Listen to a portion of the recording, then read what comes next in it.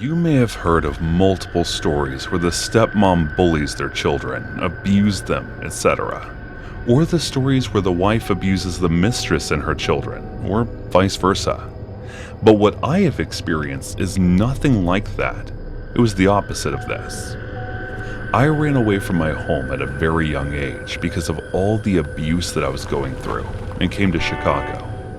Apart from the money and jewelry that I had stolen from my mother's safe, I had nothing else. I sold the jewelry and found a place to stay for a few days. One thing that I was sure about was that my mother may have sent someone after me, not because she loved me, cared for me, or anything like that. It was because I was someone she could vent her anger, frustrations, and insecurities. Well, it was my bad luck that I was born from her, and on top of that, with these looks. My mother married my father only for money. There was no love involved in that marriage. I don't know the reason my father married her and never divorced her, but even I at the age could notice the hatred Mother had for him. Mother never once looked at me with love or motherly feeling. I know the reason. It was because every single time she looked at me, I reminded her of my father. And when father brought in a mistress for him, she started to beat me, punish me, and abuse me instead of him. I bared with that behavior of hers for 12 years and hoped that maybe someday she would realize that I was not only my father's child, but her blood also flowed through my veins. But it only got worse over time. So one day, I sneaked the keys to her safe, stole money and jewelry from it, and flew from there. While staying in Chicago, I found a part-time job in a grocery store and started working there. There was a Starbucks cafe outlet just across the street, and you could see everything that went around there from the store. One day, when I was waiting for the store to open because I reached earlier that day, I saw a tall, dark-haired man with a tan, muscular body. He must have been double my age, but my jaw dropped by looking at him. I kept staring at him, and when he turned back, his eyes met mine, and he passed a smile to me. It made me feel butterflies in my stomach, and I knew what it was. I started to have a crush on one of the baristas working there.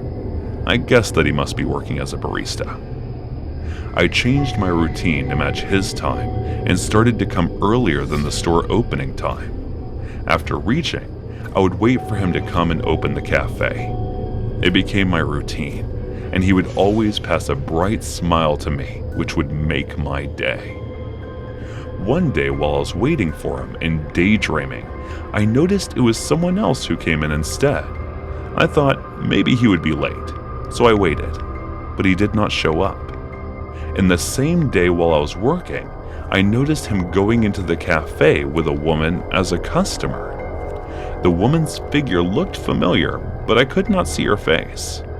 Watching him with another woman made my chest tight with an uneasy feeling. After my shift ended, as I was about to leave for my apartment, I noticed him kissing that woman in a nearby alley. The feeling I was having at that time crossed far beyond the limit of jealousy. He pulled his lips away from her, and my entire body started to tremble from anger.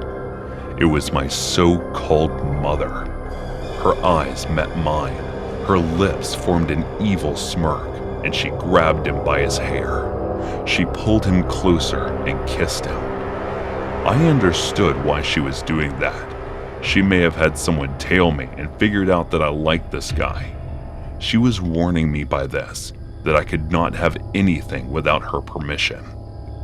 I cannot describe the rage I was feeling at the moment, and I could have let it go if she stopped there. But the next day, as I was working, I noticed her flirting with while sitting inside the Starbucks cafe. In a fit of extreme rage, I went into the hardware section and took a wrench. I walked into the cafe while hiding the wrench behind me. She did not notice me and was leaning on the counter, flirting with the nasty, slutty dress that she was wearing. As she touched his hand, I got furious and stepped toward her. I hit her on the head from behind with all my might and continued hitting. I heard multiple screams around me, but I could not focus on anything else. I broke her skull with continuous hits, and someone forcefully pulled me away from her. She died right there, I guess, but all I could feel was the rage, and I wanted to hit her bloody face more, because that is how much I hated her. As someone was grabbing me, I noticed him running over her with tears filled in his eyes. He looked at me with disgust and hate, which broke my heart. But I was feeling relieved that I had killed the monster who had destroyed me completely.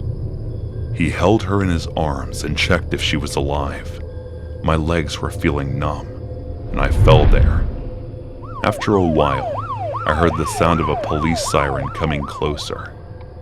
As I was confessing this, the investigator was looking at me with eyes of disbelief.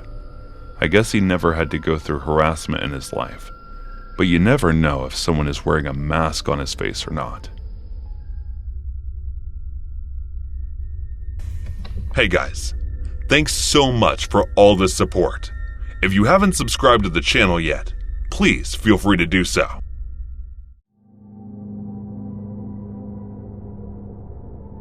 So, back when I was a kid, me and my best bud were having a sleepover.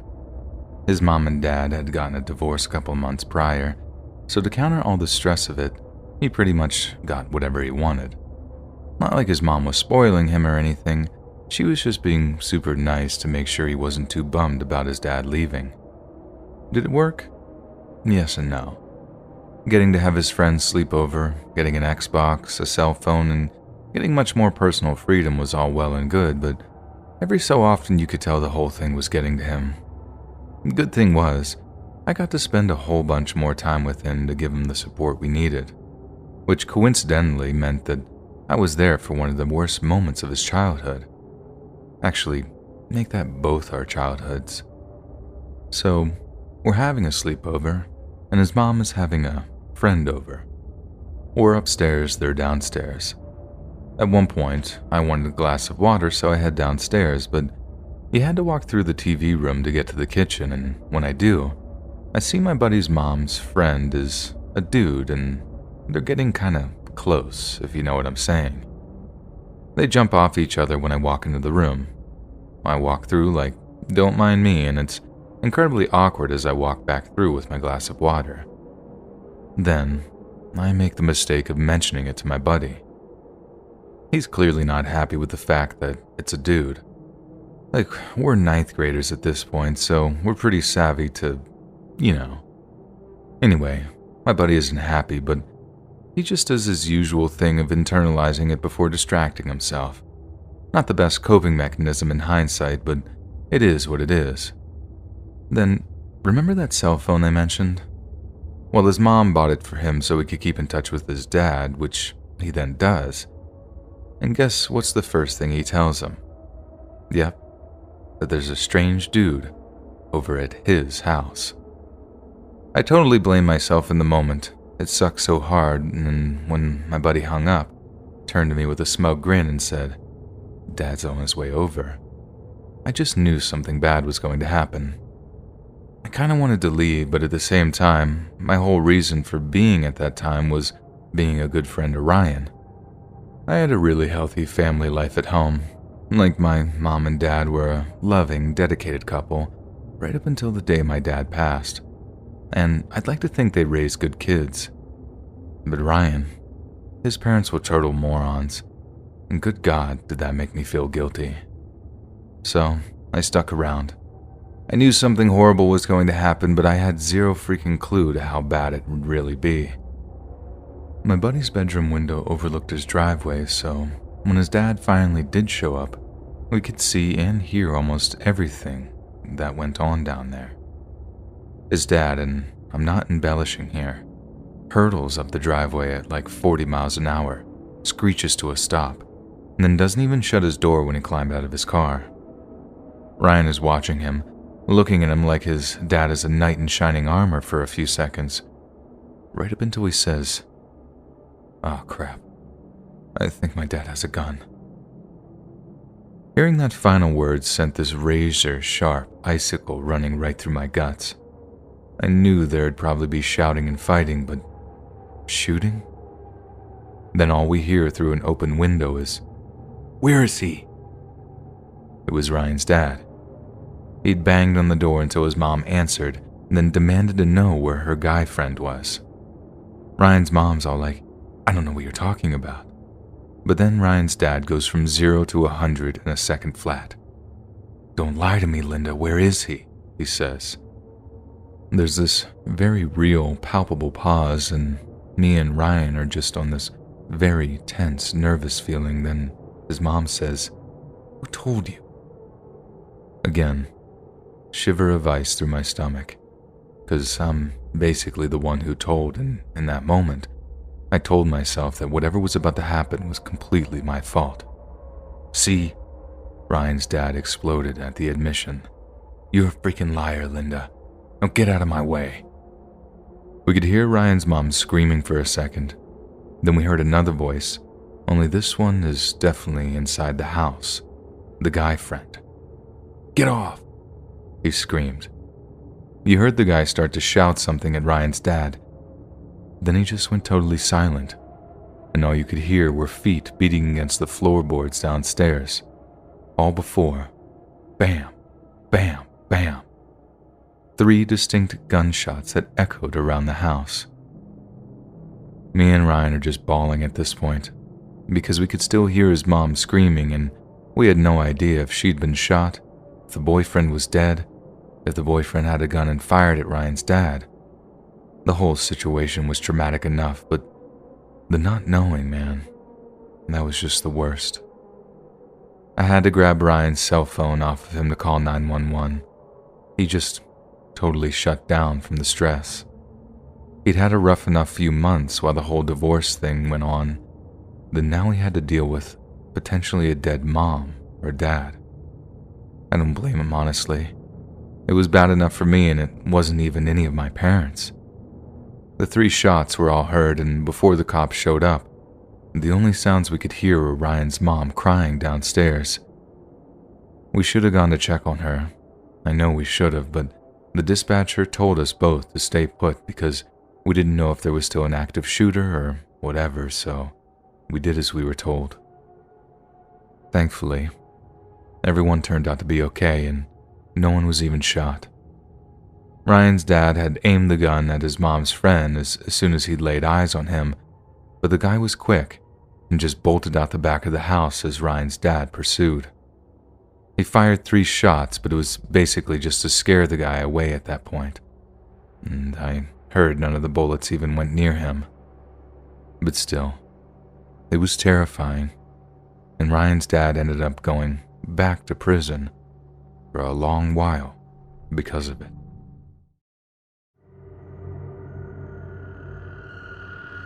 This happened back in 1989, and the story involves my stepdad, biological dad, Donald Duck, and my sister, Sis. The person who exacted the revenge has passed now, so it should be safe to relate. And this is a revenge story that would warrant prison time, I believe. I was living outside the country when it happened, so my sister relayed all this information to me about a year after, and we recently got together and went over the events again.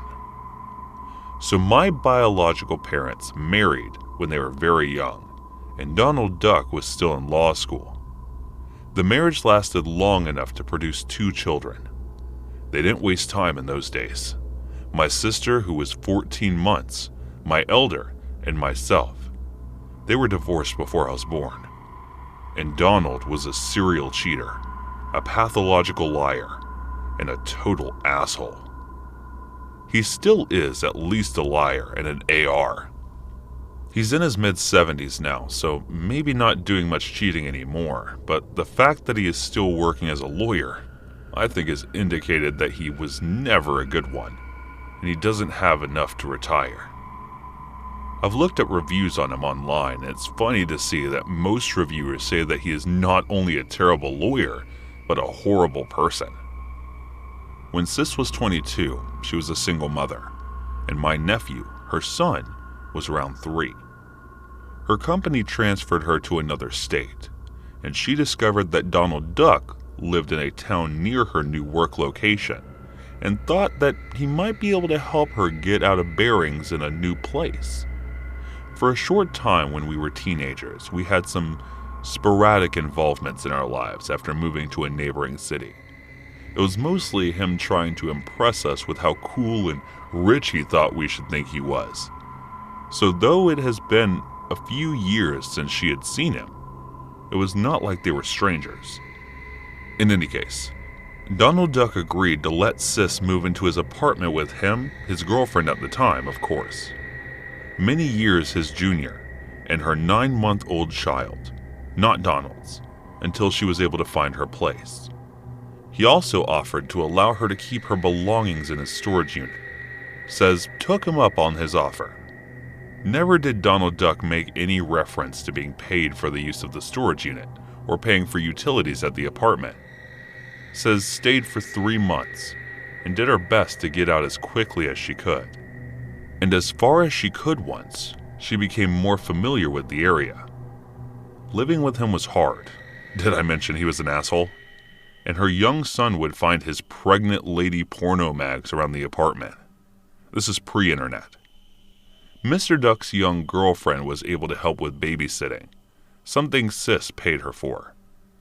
Eventually, she got her apartment. But all of her things, her son's toys, her furniture, household items, and everything. But her bed was still in the storage unit. So she called him to figure out how she could get her things back. But he seemed to want to hang on to them for some reason. He said, "You are my girlfriend's money for babysitting, and you can't get your things back until you pay her." She said, "Have you talked to her?" "I've paid her everything I owed her." He put down the phone and talked to his girlfriend, and she confirmed that she had been paid. And then he said, "Well, you owe 1/3 of the utilities for the time you were here." She reminded them that he had never said anything about that. So he got a little heated, and she was feeling desperate and angry. She then shouted an accusation of something he did to her when she was very young, which is a different story. And he responded, "Have you ever told anyone that?" "No," she said. "If you ever do, I will break your neck," he said.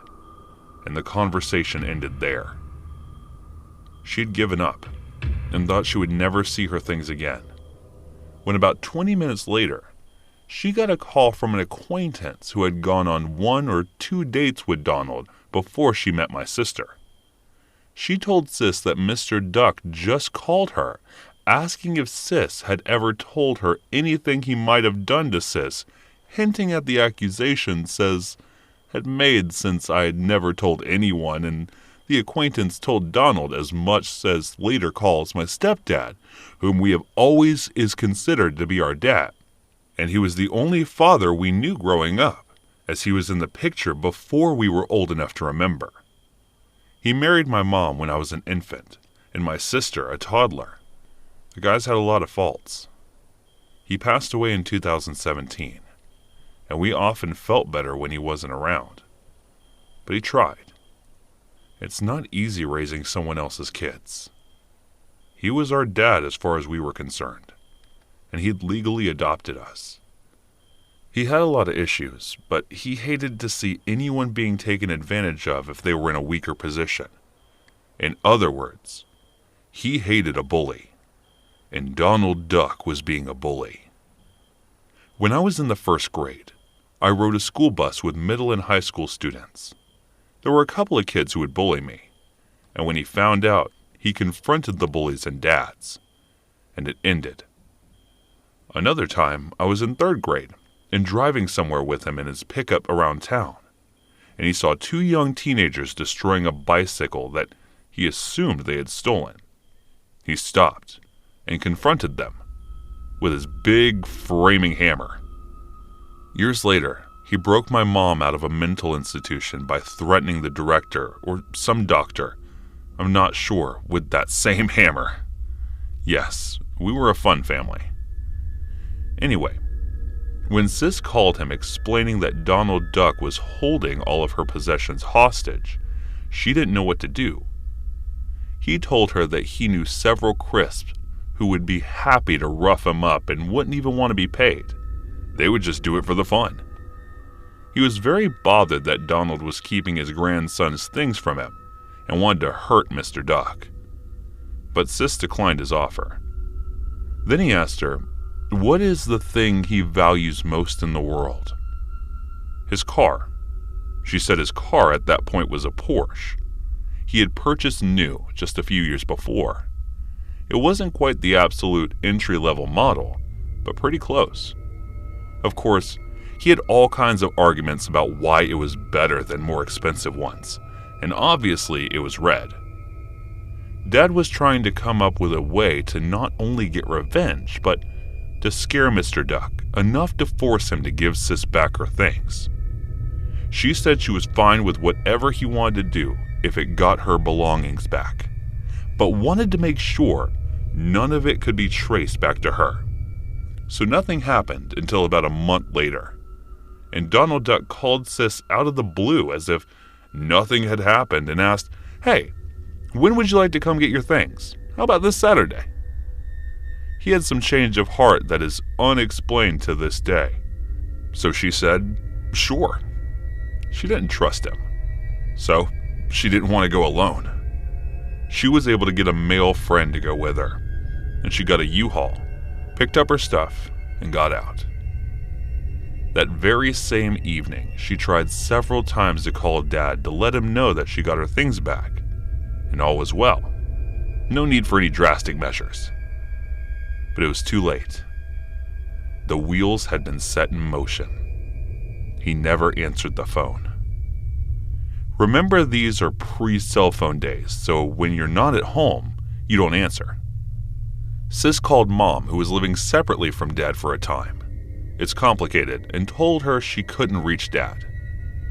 Mom said Dad was sick, and that's probably why he wasn't answering his phone. But then at 10:30 p.m., Sis got a call from Donald's girlfriend who asked her, "What are you doing?" "I'm at home in bed. Why?" She said someone just blew up Donald's car. My sister's heart dropped. She knew who did it. The police asked Donald who would want to do this to him, and he says his name. So she now becomes suspect number one. Sis asked their girlfriend if Donald was scared, and girlfriend said yes. They were spending the night in a hotel. Fortunately, the call from my girlfriend to Sis, just a few minutes after the explosion, gave us her alibi. Sis lived over 30 minutes away and couldn't have answered her home phone if she had been the one to ignite the bomb. But the bomb did its job well. It had turned the Porsche into an unrecognizable wreck, took out the adjacent car, and destroyed many feet of the carport above both cars. I'm guessing the tank in a Porsche was nearly full. Just after Sis got off the phone, she called Mom telling her that someone blew up Mr. Duck's car, and she thinks it was Dad. While she was on the phone with Mom, another call came in, and it was Dad. He said mysteriously, "There's a box outside your door. Bring it in. You never talked to me tonight." Sis was a little afraid to open the box, but it turned out just to be some of her son's items that he had left with his grandpa's clothes and toys. Months later at Christmas, Sis asked Dad about it and he confessed. Turned out he was very sick physically when he pulled that stunt. Sis was touched that he would go through so much effort and risk jail time for her, all while being ill. She asked him if he was scared of driving back, and he said yes, and that every headlight behind him he took to be a cop until he reached the state line. Sis found out from their girlfriend that the cop said the job was very amateur. Certainly not the work of a professional, but hey, it did the job. That Todd said he had asked a coworker who was once a member of the aforementioned Crisps about how to make a car bomb, and she instructed him. He always did love blowing things up. When I was 13, we bonded over crumpling up the old colored sparklers into powder. I don't think they make the colored ones anymore, but they burned hotter, and we funneled the powder into the spent CO2 cart used, and making bombs powerful enough to blow up those old metal milk cans that hold a few gallons. We did this for the 4th of July. Anyway, Sis said it was some sort of Molotov cocktail stuffed in the tailpipe, but I'm not sure how that would work. My idea of a Molotov cocktail is a 750 milliliter sized bottle, like a wine bottle or a fifth of booze, which would not fit into the tailpipe of a 4-cylinder Porsche. I'm guessing the diameter is no more than 2 inches, not big enough to fit such a bottle. Maybe he used a similar bottle, or simply a smaller container of some kind, filled with something very ignitable. I truly regret not discussing it with him. But we weren't close since I left home. If you didn't need him, he had a hard time having a relationship with you. Plus, I was married to a woman for many years who kept me from my parents and siblings, so I don't have better details. Thank God that 25-year marriage is over, and my current wife loves my family. One hilarious detail: Donald Duck continued to father offspring and date very young women. His current wife is my age, exactly, and he has a daughter many years younger than my youngest child. A couple of years ago, I had a conversation with one of these half-sisters, and she's a marvelous person despite half her DNA. Her mother was never married to Donald, and this sister is the age of my youngest daughter. I told her the story of the exploded Porsche, and she found it very amusing, because she said Donald loves to tell a story about he was prosecuting some mob boss and a couple of thugs came to his door trying to threaten him. Of course, being the big, bad, brave man he is, he didn't back down. And what was his reward? Those thugs blew up his car. I think it's hilarious that he tells this story to his children. But now they know the truth. He's the biggest bullshitter I've ever met. Also, due to Donald's allegations that it was my sister who blew up his car, the condo association or whatever tried to sue my sister for the damage to the carport, but it came to nothing. They were grasping at straws because there was no evidence, of course. But it did scare them and cause her some anxiety.